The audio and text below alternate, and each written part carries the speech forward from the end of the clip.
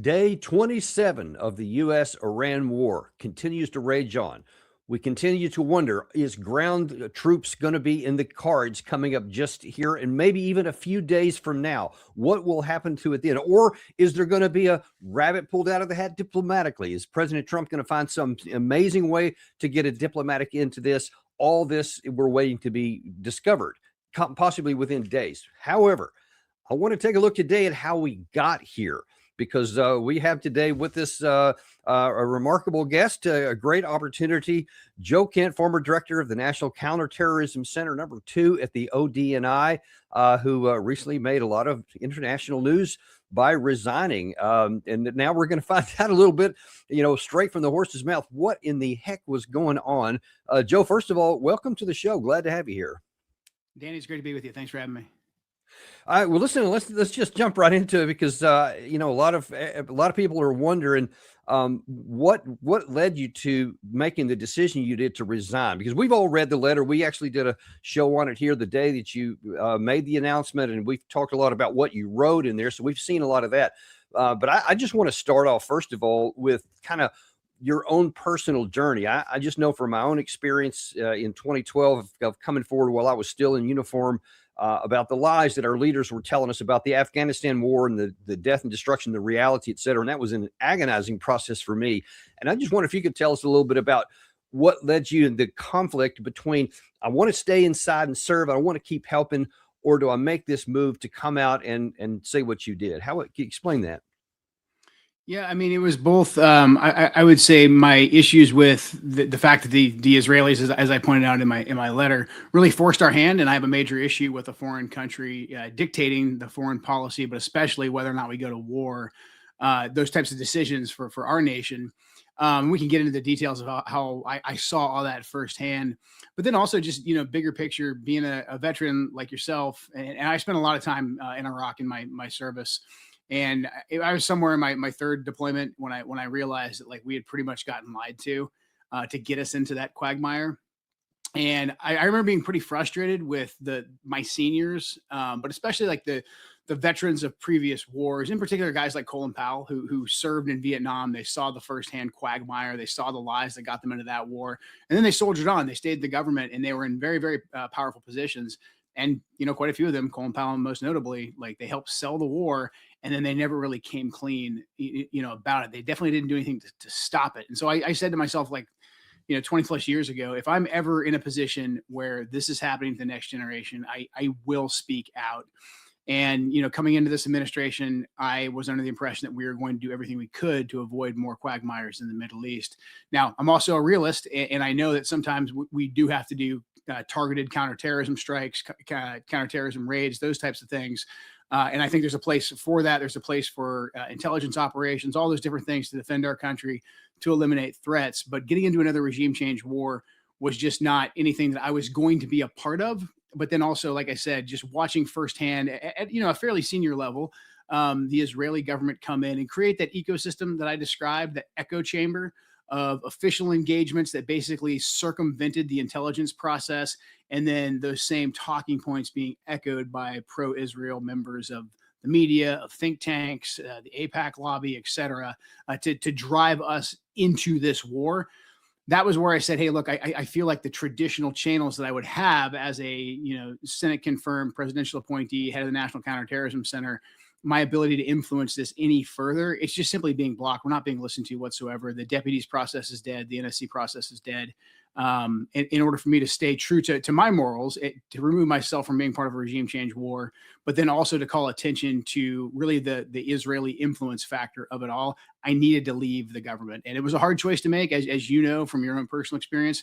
But once I decided it was what I was going to do, I felt a sense of clarity, and I still feel really clear. I still feel very clear-headed, and like I did the right thing. And I guess just kind of on a personal level, how hard was it to actually make the decision? Because again, from my own experience, I know once I came to that clarity in my mind that this is, I no longer had a choice morally. I felt I was not able to keep my mouth closed. But man, to make that long walk, in my case, across the Pentagon to go and tell then four-star general, what was about to drop was a really heavy, long walk. How was that for you when you went and told, I don't know if it was Director Gabbard or some other official, but can you tell us a little bit about how that happened? Yeah, I mean, it was a long 2 weeks. I was hoping that we were going to, even though we shouldn't have gotten into the war in the first place, I was hoping that we were going to quickly de-escalate it, and it was going to be a situation like we had with Midnight Hammer. And so we worked really diligently to attempt to provide options of a quick, claim of victory and then just get us out of there. Once I realized we weren't going to be able to do that, I made the decision that I had to leave, and it was challenging. I mean, I have as a presidential appointee, I had to resign directly to the president. But DNI Gabbard was my day-to-day boss with NCTC as part of ODNI. So I had a really hard, frank, candid discussion with DNI Gabbard. Obviously, she wasn't pleased with the decision that I had made, but she heard me out.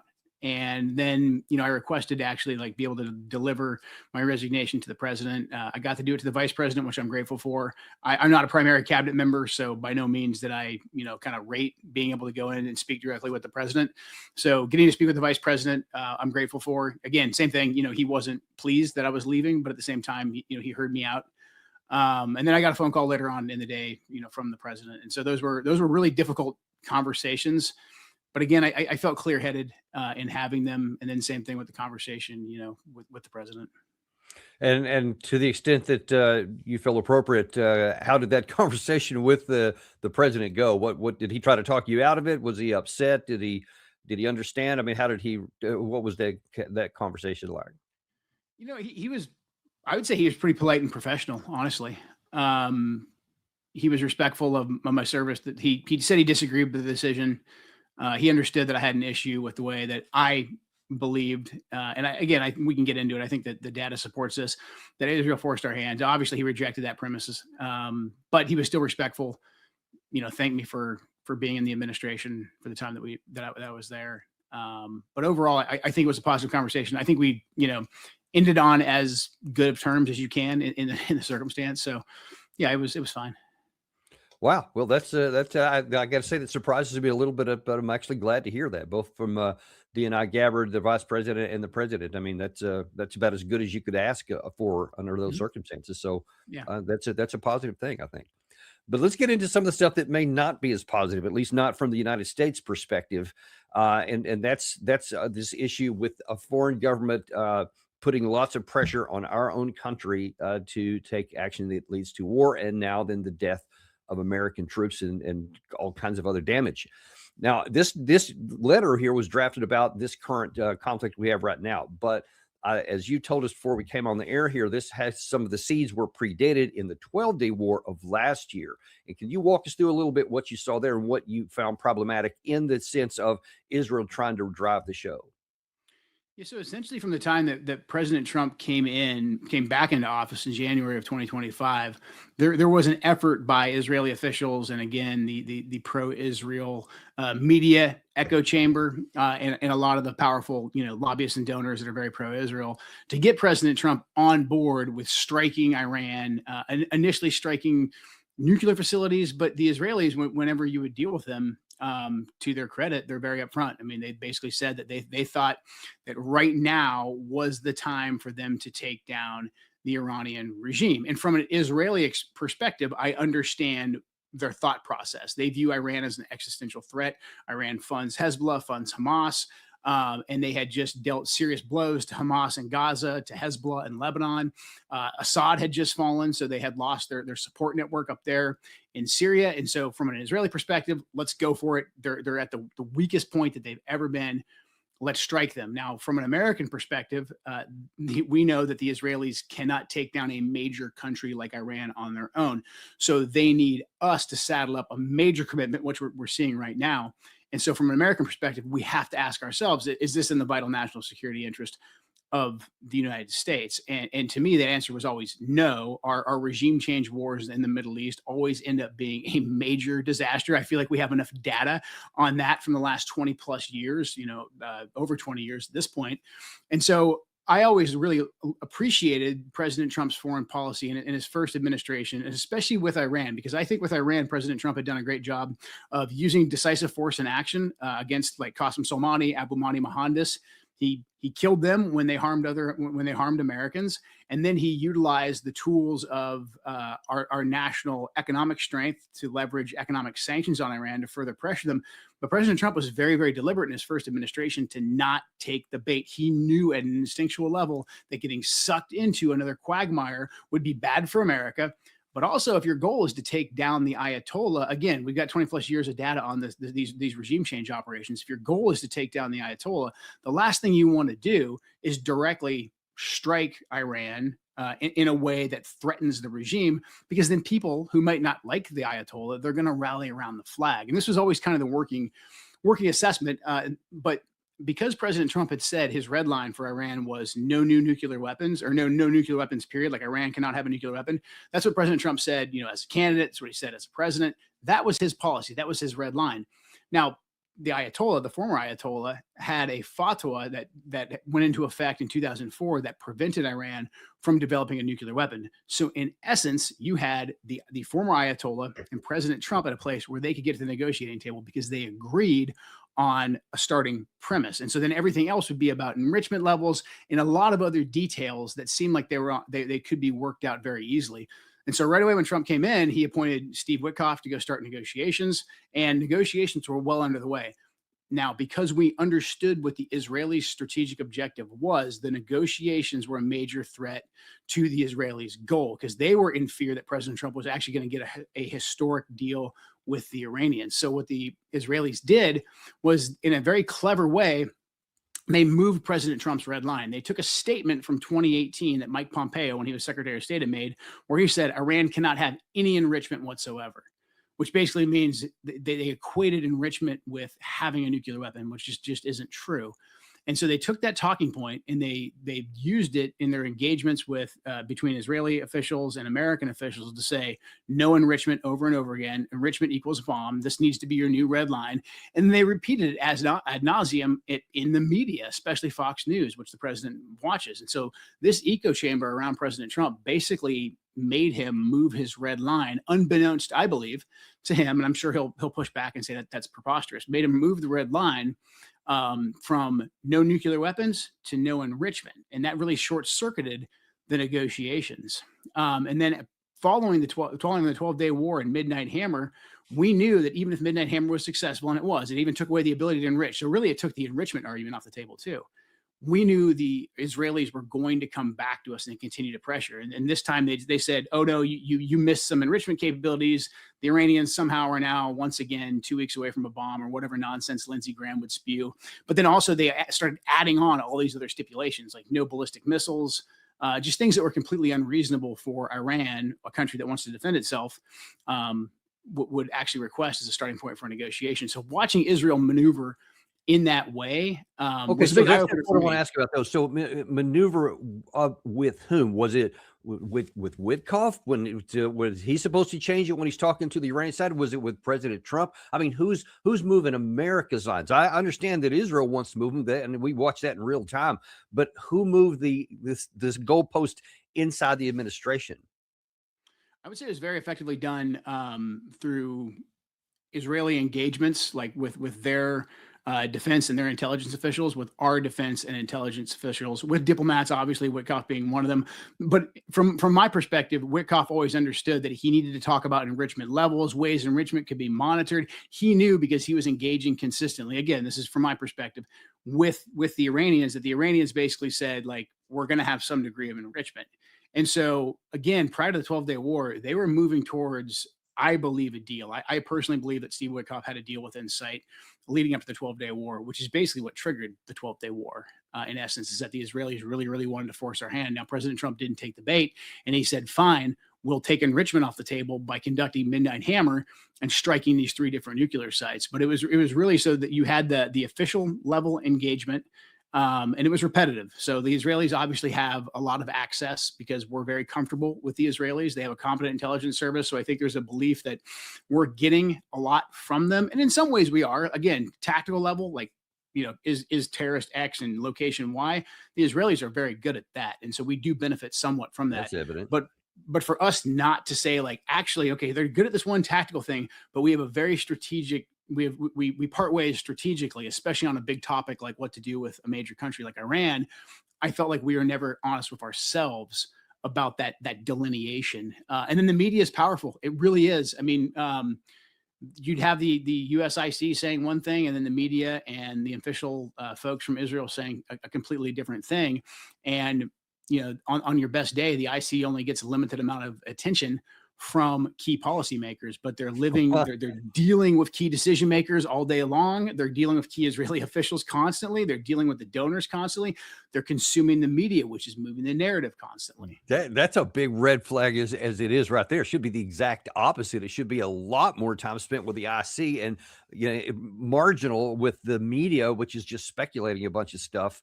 That by itself is a real problem. I think that we should be listening to the IC, especially on these things that can be validated. Yeah, and you know what? The IC, I think, was pretty consistent on whether or not Iran was moving towards a nuclear weapon enrichment levels. But, historically, and I actually don't blame President Trump and a lot of his key advisors for this, there was skepticism of the IC because of things like Russiagate, because of COVID origins, because they had been lied to, and there was games that were played in the first Trump administration.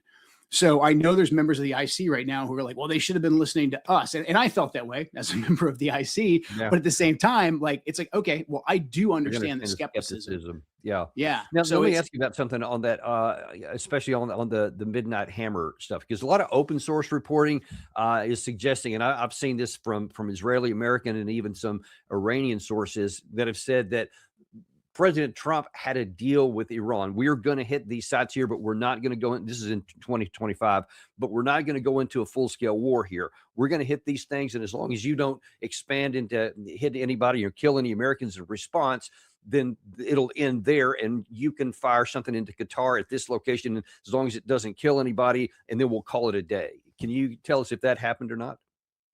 I'm not sure if it was a deal necessarily. That I don't know. I have no idea. If that was a deal that he made, then he made that confidentially and kept it that way. But what I do think actually is just as equally as possible is the Iranians did see that we were negotiating in good faith, and I think they understood that we really couldn't strain the Israelis. I think they kind of understood that, and so they were really deliberate during the 12-day war. We had messaged publicly, I think, to the Iranians that, hey, this is the Israelis, this isn't us.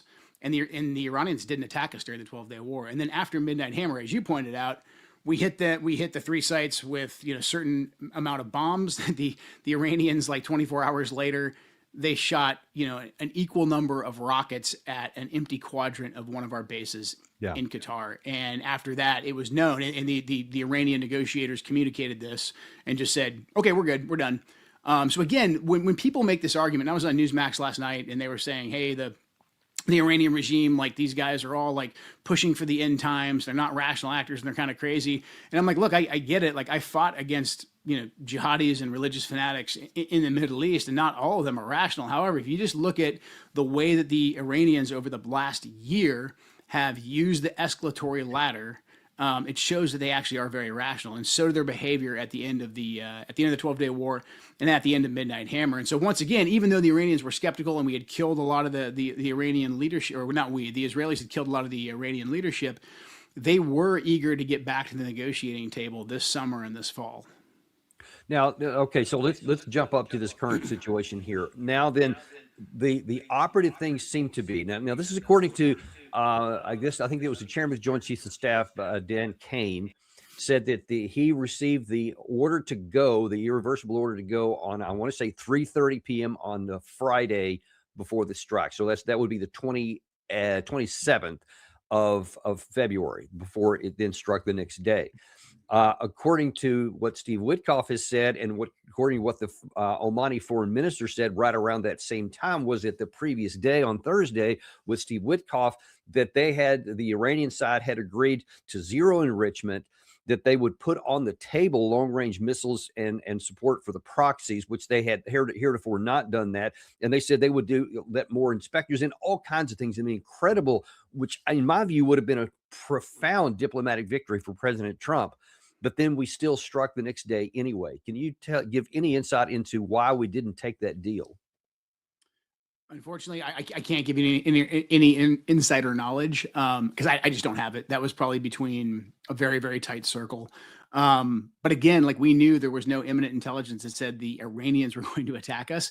The only thing that we knew was imminent was that the Israelis were going to attack Iran. And I mean, to give some credibility to what you're saying, I think that makes sense because a major threat to what the Israelis wanted in terms of a strategic goal was a negotiated settlement, was an agreement, a deal being worked out between President Trump and the Iranians. That would short circuit the entire Israeli program. That would basically ruin all of their strategic gains. In their eyes, that would throw out all the progress they had made basically since October 7th. So this is existential to Israel. So if there was a deal on the horizon, or even the threat of a deal, even the rumor of a deal, you better believe the Israelis were going to go in there and they were going to strike Iran, because the Iranians knew they had withheld their fire in the 12-day war and after Midnight Hammer, but they knew the next time that us or the Israelis came after them, that it was going to be for regime change. And so they weren't going to hold their fire that time. We knew that was coming. And again, that speaks to,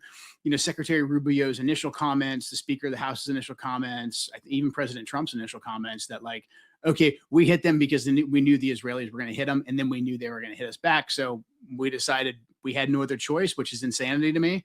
But that's how we ended up in this round of conflict. Okay, and so let's get to the absolute key part. This was part of your resignation letter, and it was also a central part of the hearing with DNI Gabbard here last week or so on the issue of an imminent threat. The United States senior officials keep saying, especially Rubio and and the advocates like General Keane and Lindsey Graham are just screaming, oh, it was an absolute imminent threat. In fact, Lindsey Graham literally screamed there was an imminent threat.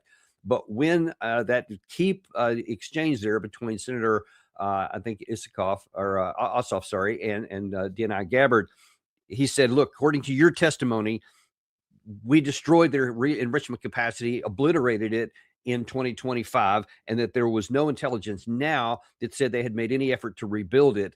Ergo, it's literally impossible for there to have been an imminent threat of a bomb in 2 weeks, as Witkoff also said subsequently. So that the question is, WTH, man, I mean, how do we go from a physical impossibility that there could have been an imminent nuclear threat to, yes, there's such an imminent threat, we're going to launch a war? How does that work? I mean, the imminent threat was the Israelis attacking. So yeah, there was an imminent threat. It was from the Israelis. I mean, that's just the bottom line. I mean, we had no intelligence that indicated, and this is basically what, again, Secretary Rubio came out and said right away, and so did other senior government officials. The imminent threat was coming from Israel attacking Iran. The idea, I mean, I've heard Lindsey Graham say this, but we just can't take Lindsey Graham seriously. Even before Midnight Hammer, the Iranians weren't on the cusp of making a nuclear bomb.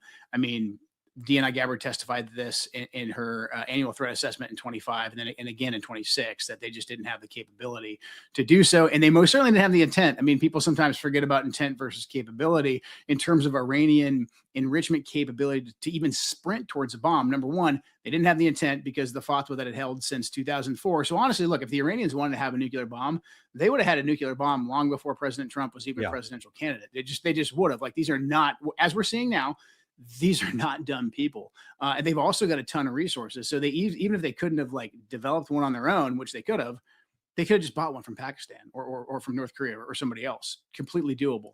Not a poor country at all.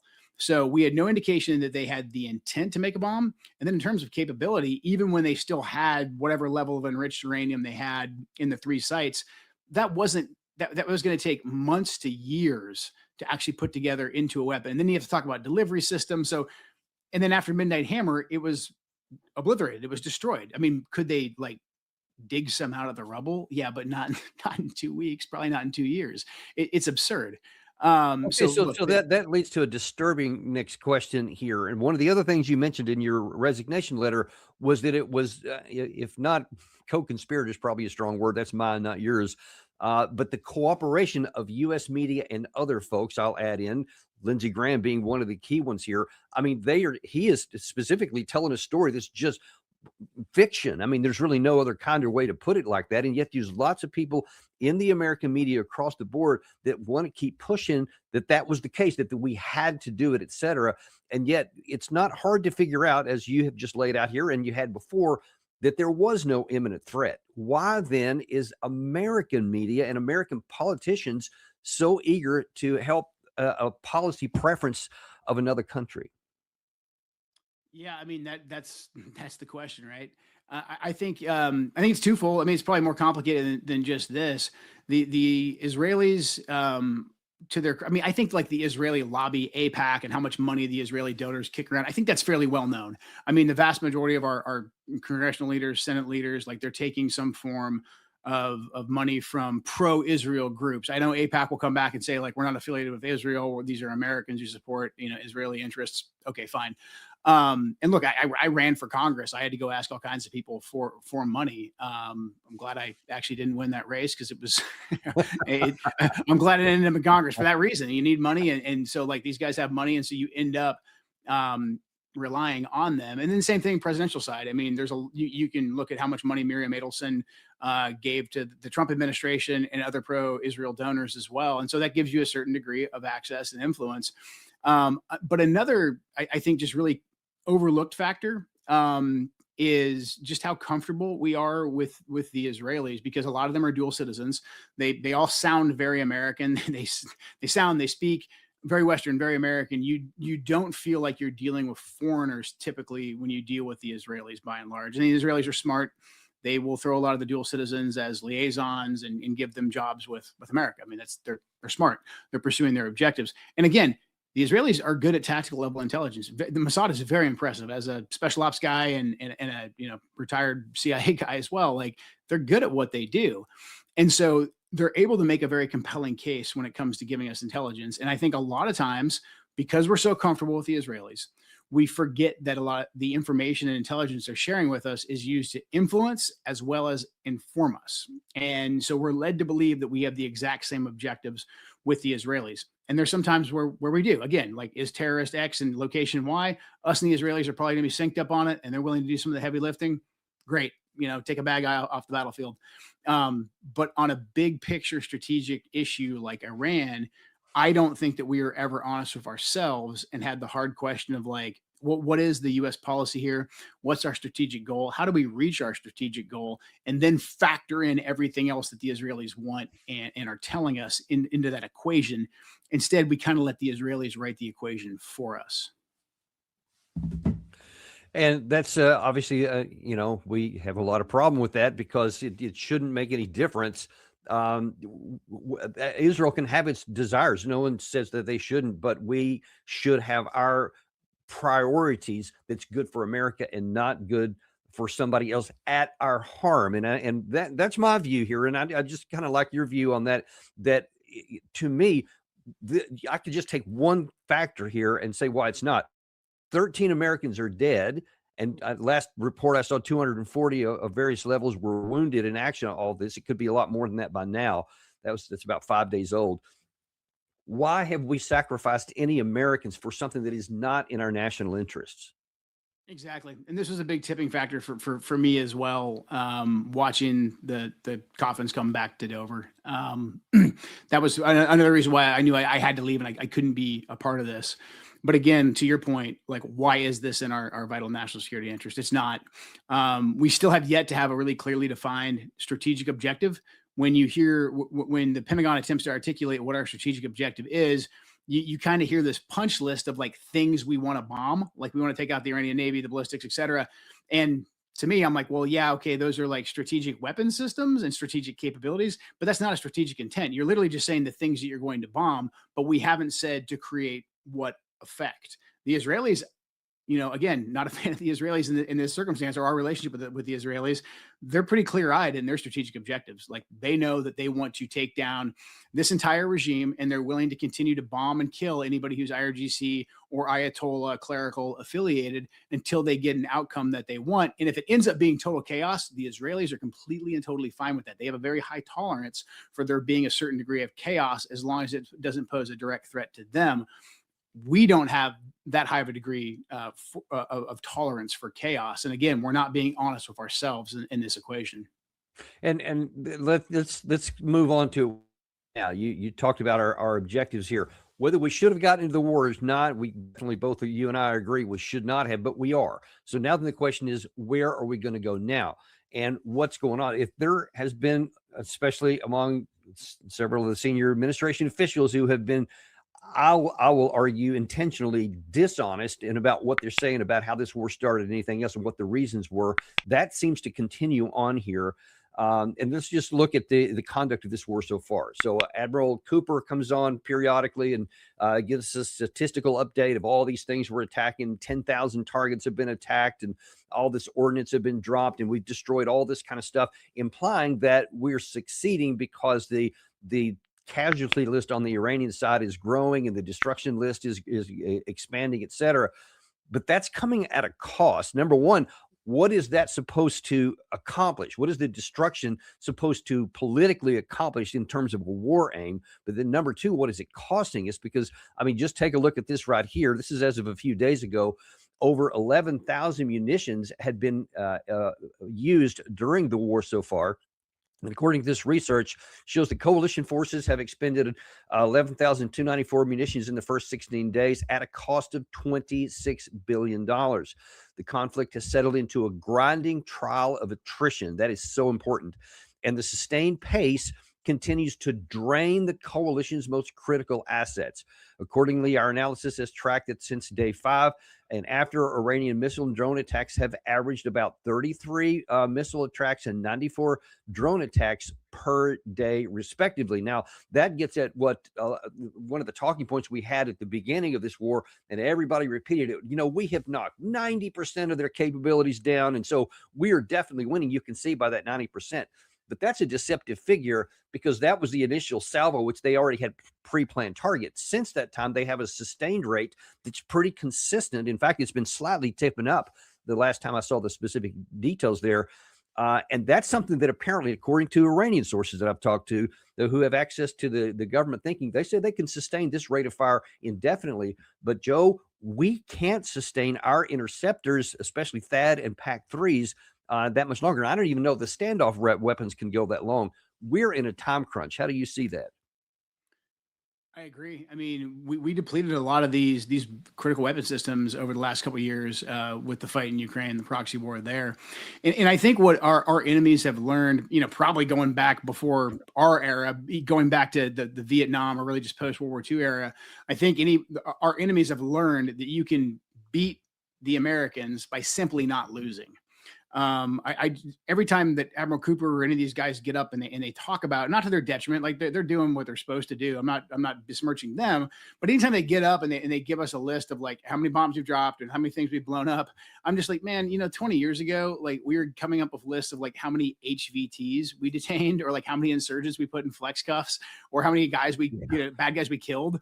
And that just ground on for literally 2 decades. We made no progress. Like look at Afghanistan, look at Iraq. It didn't have an effect. Even the times where we were like, man, we got these guys against the ropes. We just won Anbar. We kicked Al-Qaeda's ass, whatever. I mean, it didn't matter. They won by not losing. The Iranians have been watching this, obviously, like literally to their east and their west for the last 20 plus years. They've built up a conventional military capability that I know at the like IC level we're aware of, but again, I think decision makers, because a lot of them don't have military backgrounds and a lot of them don't have intel backgrounds, they thought of Iran as another Afghanistan, Iraq. Like they just thought like, this is going to be simple. We're going to dominate the skies. All of our conventional weapon systems are just going to obliterate anything these guys have. Whereas Iran has been very, very smart with their development of ballistics of all ranges, the drone technology, and their ability to sense and defend their own airspace in key positions. I think, you know, there's times where their airspace looks really weak, but then they surprise us. So they've had a lot of time to prepare for this, and they've clearly prepared very well. And I think even if like things look a little bleak for them every now and again, they can win by simply not losing. And again, this kind of goes back to where I think the president got a little bit of false confidence was in January when there was actual protesters out on the street that were protesting against the regime. They're protesting against the regime as a result of President Trump's economic policies, the sanctions had made bad economic conditions inside of Iran that the Iranian people were blaming on their regime. Ironically, they were blaming their regime for sending so much money to fund their proxies and to fight this war in Gaza, et cetera. They wanted to lower the cost of living there, and they wanted more economic opportunity. So they were protesting against the regime there. And so I think a lot what the Israelis did a very effective job of is saying, like, hey, look, this place is primed to go down. If we just do some key strikes, these people that are out in the streets right now, they're going to overthrow their government. And again, that kind of threw out the window just a basic understanding of human nature, that if an outsider comes in and attacks, there'll be a rally around the flag. But that was also the assessment that most of us were putting out from the IC as well. So I think that's how we kind of fought ourselves into this. It's going to be quick. It's going to be easy. Our military hardware, it's going to knock down all the defenses. We're going to dominate everything. And this is just a silly little country like Iraq or like Afghanistan, and we're going to kick their butts. And it turned out like Iraq and Afghanistan weren't silly little countries either. They kind of handed us our lunch because they won by not losing. Iran, obviously, it's always been a thing. Persia has always been a major empire. They're smart people. They've had a long time to look and assess and study this war. The regime is stronger now. We've killed a lot of the moderates. Now the hardliners are going to take over, unfortunately. And we're going to be in this quagmire unless we take deliberate action. And you say, unless we take, I mean, what at this point, what deliberate action could we take that could change the dynamics? Restraining the Israelis. Every single time that President Trump, okay, all right, now that one up for look, every time President Trump talks about we need to de-escalate, you see the Israelis come back in and say, cool story, and they start bombing energy infrastructure. They start taking out more Iranian leadership. Every time Trump says, like, we're going to get to the negotiating table, we're going to give you guys 5 days to sort this things out, and people can say, like, oh, that's just for the markets or whatever. Fine, so be it. He still is somewhat offering a space where negotiations could take place. And who is that a threat to? That is a threat to the Israeli strategic objective. So we see the Israelis then double and triple down on their strikes in order to short circuit those negotiations. There was just a report today. I don't know if it's true. I read in the news, just like everybody else did, that there was an Israeli plot to kill the Iranian diplomat Arachi, because Arachi is one of the key communicators in negotiations. So look, I mean, even President Trump came out and said a couple of days ago when he was asked, like, who are you talking to in Iran? And President Trump said, I can't tell you because then they'll be killed. Well, they'll be killed by the Israelis. So if we want any kind of real progress made towards a negotiation, or at least some sort of a temporary ceasefire, the Israelis have to be restrained. We have to say to the Israelis, like, you're done. We will help you with your defense if you're attacked, but if you go on the offense, all bets are off. We will pull away features of your defense system so that you literally don't have the hardware to go on the offense. All you can do is defense. And let's just take a look at that, because the defense ain't that good anyway. This is a statistic here this is the Iranian missiles on Israel specifically. You see the sustained rate going. This is all the way through the 24th here. And you see it's pretty consistent here. And you've seen with Dimona and with Arad and Tel Aviv here in just the last few days, those missiles are getting through. That's right now. And so the question is, I mean, even for the Israeli side, and you're obviously not privy to their thinking, but just for your observation here, you can't sustain this forever. I mean, you can't get into a long war where you're taking this many missiles in the teeth every day. So what is the mentality on the Israeli side? Because surely, Joe, they've got to realize that militarily, this thing is not going to be won. You're not going to defeat them militarily.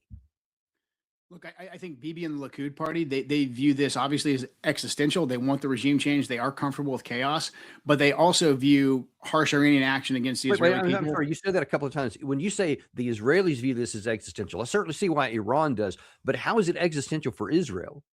From the Likud party perspective, I mean, this ties into the greater Israel plan and basically what they've been pushing for with U.S. foreign policy for the majority of our lifetime, right? I mean, this is why Netanyahu, as a young man, former prime minister at the time, was here in America advocating for the Iraq war. They wanted to take down Saddam. They wanted to take down Assad. Iran is one of the last chopping blocks. It's one of the major ones. So this is part of their strategic goal to take away all their serious competitors inside the Middle East, so they can take, whatever land they want to take. They can have dominance. So it is strategic and existential for the Israelis, but in particular, I think the Likud party too. So the Likud party realizes that, politically, before October 7th, they weren't very popular. Bibi in particular was not very popular. But since the war has kicked off, there's been a rally around the flag factor inside of Israel. And wartime presidents, especially if your country's under siege, they tend to be popular for this reason. And so I believe that the Israelis think that the more Iran rains down ballistic missiles on them, that's going to heighten American resolve, because we see, this country that we have a very, very sentimental attachment to. A lot of Americans do anyways. Seeing them under siege, so that's going to make us double and triple down, but then also rally around the flag, around Bibi and around the Likud party. So I don't think the Israelis are as worried about that as we are. Now, I'm not an expert on the dynamics of what's taking place in Israel. I've seen there's some protests there. I've seen, obviously, there's some people who are frustrated with Bibi and the conduct of the war. But I think that's, again, their calculus, which is all the more reason why we need to restrain them. Because look, we're paying for all of their defense. This is not a relationship that we should have with any country, right, but in particular, a country that owes its entire existence basically to us. I mean, maybe Israel would be able to defend itself, but they wouldn't be able to behave in the way that they do. They most certainly 100%. Wouldn't be able to go on the offense without America. Like, we're paying for that. So if President Trump's goal, and I believe it is to end this conflict, reopen the Straits of Hormuz, make sure we can balance out world energy prices. That means we need to have some sort of a ceasefire. We need negotiations. Step one of that, or it's all for naught, is restraining the Israelis. Yeah, and I'm 100% in agreement with you on that, and we advocate that daily. Unfortunately, and I know we're running a little bit short on time here. We actually have another show coming up here shortly.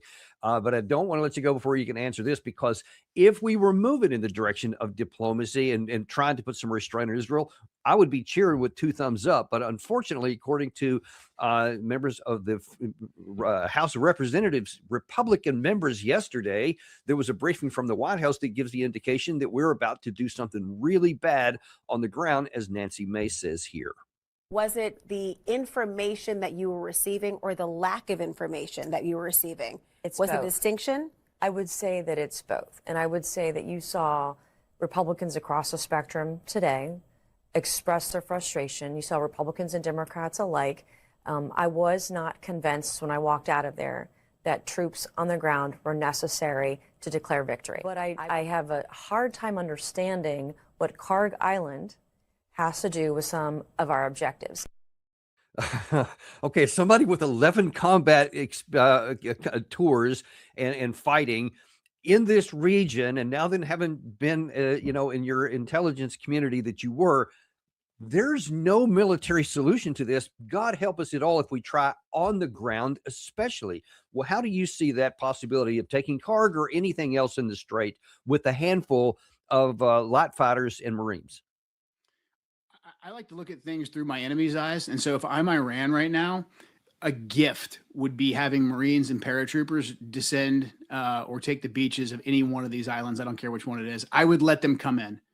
And then I would make it very, very clear that, but through the use of mining, through the use of ballistic missiles, through the use of drone swarms, they are now our hostages. So this would be a strategic disaster. Honestly, I think if the Iranians are smart, and they are smart, that they would let us take the island. They'd let us do a victory video about how now we control the refining and this is checkmate and the straits are open. And then I would just show them very, very quickly and strongly that they don't actually control the space. I'd use the drones, use the ballistics that we know that they have on hand. Or even more of a disaster is us committing troops to actually like the beaches, the land on the shores of the Straits of Hormuz inside of Iran. Because again, what they've learned for the last 20 plus years is that when we get sucked into these land engagements, all they have to do is win by not losing. We will eventually bleed out blood and treasure, and we will get sick of the equation, and we will simply leave. So this would be a golden gift to the Iranians, and I pray that President Trump is smart enough not to fall for this trap, regardless of who's in his ear. Nancy Mace and other representatives coming out, Republican representatives coming out and expressing their skepticism of this. That gives me some hope, because all these guys are on the ballot here come November, and they know they're going to hear from their voters on this issue. So I think people calling their senators and calling their congressmen in particular, because they're all on the ballot in November, and telling them that we do not support this, I think that's going to be crucial. Now, the president can still launch this as he's done for the last couple weeks now without congressional approval. But this is a little bit of leverage that the people have, is contacting your senators and your representatives. I just think we need to make our voices heard as loud as possible, especially the people who, like myself, supported President Trump and still want to support President Trump, like to know that this is a trap. This will get us sucked into another quagmire that will likely be worse than Iraq or Afghanistan. And you know, Joe, this is something that's got a potential for a much worse trap, because I mean, just take a look at this oil issue here. This is from CNBC a couple of days ago. I think it was. He said that it's going to be a real shortage. We're talking about the biggest supply disruption the world has ever seen. This is the biggest disruption, both 73 and 79 combined. The physical market is really going to bite some time in the next couple of weeks, is he saying there. And that is critical, because if you do anything on the ground, and some of my sources in the region say that something could come as soon as this weekend. I hope to God that doesn't happen, because until an order is given by the president, anything can just not be given an order. But the evidence shows that there's something coming up pretty soon. But that time clock is ticking. And if anybody thinks that that's going to cause some sort of a near-term force to make the strait open up, I mean, I think you just articulated it very beautifully in a really bad way. It would make them dig in even deeper and make that strait even more shut off than before. But we don't have the luxury of time to get into a long war of attrition like you're talking about, because that price is going to just start eating alive. And my worry is, and some people have already speculated on this, that could then cause Trump to double down. And if that happens on the beaches anywhere that this goes on, and we start getting body counts, that people are going to say, well, we didn't go in with enough troops. You need to get some more out there quick. And just the question I have of you, how much danger do you think that the Israelis might say, yes, that's exactly what you got to do, get deeper in? 100%. I mean, because look, if your goal is to topple the regime, you have to have boots on the ground. Israel's a tiny country. Israel could put their entire army on the ground. It wouldn't be significant. Israel needs us to do it. So I am sure, I'm very confident that the Israelis are giving this advice right now and telling the president how easy it will be, how brilliant it will be, how bold it will be. And I really hope he listens to his instincts, because this is the president who 11 years ago called out Jeb Bush on the stage for the Iraq war. He understands. His gut instincts on this have always been correct. And so I implore Trump supporters to call their representatives, to respectfully contact, the White House, social media, et cetera, and to say that, like, you're smarter than this. Don't do it. Don't take the bait. And as you pointed out, the stakes here are so high because of the Straits of Hormuz, because of world energy. There's only one solution, and that's diplomacy. And step one in diplomacy, like we just talked about, is restraining the Israelis. The Israelis need to be put back in a box. And then we need every single diplomatic effort to get some sort of an agreement with the Iranians that opens back up the flow of oil. And we're going to have to make some concessions, I think, like lifting sanctions on Iranian oil. There's going to have to be a lot that's done with the GCC countries, who we've lost a lot of leverage with, because the GCC countries have been attacked for housing our bases. And the reason why they housed our bases and used the petrodollar, because in theory was that we provided security guarantees for them. Well, our security guarantees aren't looking so good right now. When you're having attacks on, the Doha International Airport, you're having attacks, I think, just this morning on the Kuwait City International Airport. So we're in a very bad way in terms of world energy flow, and then also our relationship with our allies. Again, and this won't be fixed by military. The military cannot fix these issues. You got to lean on diplomacy, restrain the Israelis, get to the table, get the straits open back up. That's our only way out of this. Well, I couldn't agree with you more. And do you, I mean, you've been on the inside in the ways we haven't. Do you think there's any chance that President Trump would, because he's the only one that matters, would he ever actually put Israel in a timeout box, so to speak? I mean, do you think that's possible? I think it is. I still think President Trump has a lot of agency. I still believe he's a strong-willed man. And also, one of Trump's superpowers is that he can make really quick, game-changing decisions. And so the Israelis may think that they've got his ear and they've got him right where he wants him, but it would be the most Trumpian thing ever for him to flip the table and to say, you know what, we tried this. Your guys' plan clearly isn't working. Look at the prices. Look at the effect it's having here on the price at the pump. I'm going to do something different. And through the sheer force of President Trump's personality and will, he can put the Israelis in the box. I think only he can do it, honestly. And then I think, honestly, he is one of the only people that can actually get a deal with the Iranians. I just pray that he tunes out the voices he's been hearing that got us into this war, listens to maybe some of the people who were excluded from this decision-making process, or really just go listen to basically the things that he was saying 10 years ago on the campaign trail, things he said just, 2 years ago on the campaign trail as well. His instincts are usually correct. His instincts on wars in the Middle East have always been correct. His initial policy on Iran in the first Trump administration was correct. He needs to put the Israelis in a box, and all the advisors that got us to this point, he needs to just tune those guys out. Exactly. Couldn't agree with you more. And what a great way to wrap this up. That's at least one level of at least some hope that President Trump can do that, because you're right. I agree with him. Only President Trump can do that. He literally is the only one. We just have to pray that he does. Thanks so much for coming on today, Joe. It's been absolutely a delight to have you on, and we look forward to having you back again soon, actually. Absolutely, Danny. Thanks so much for having me.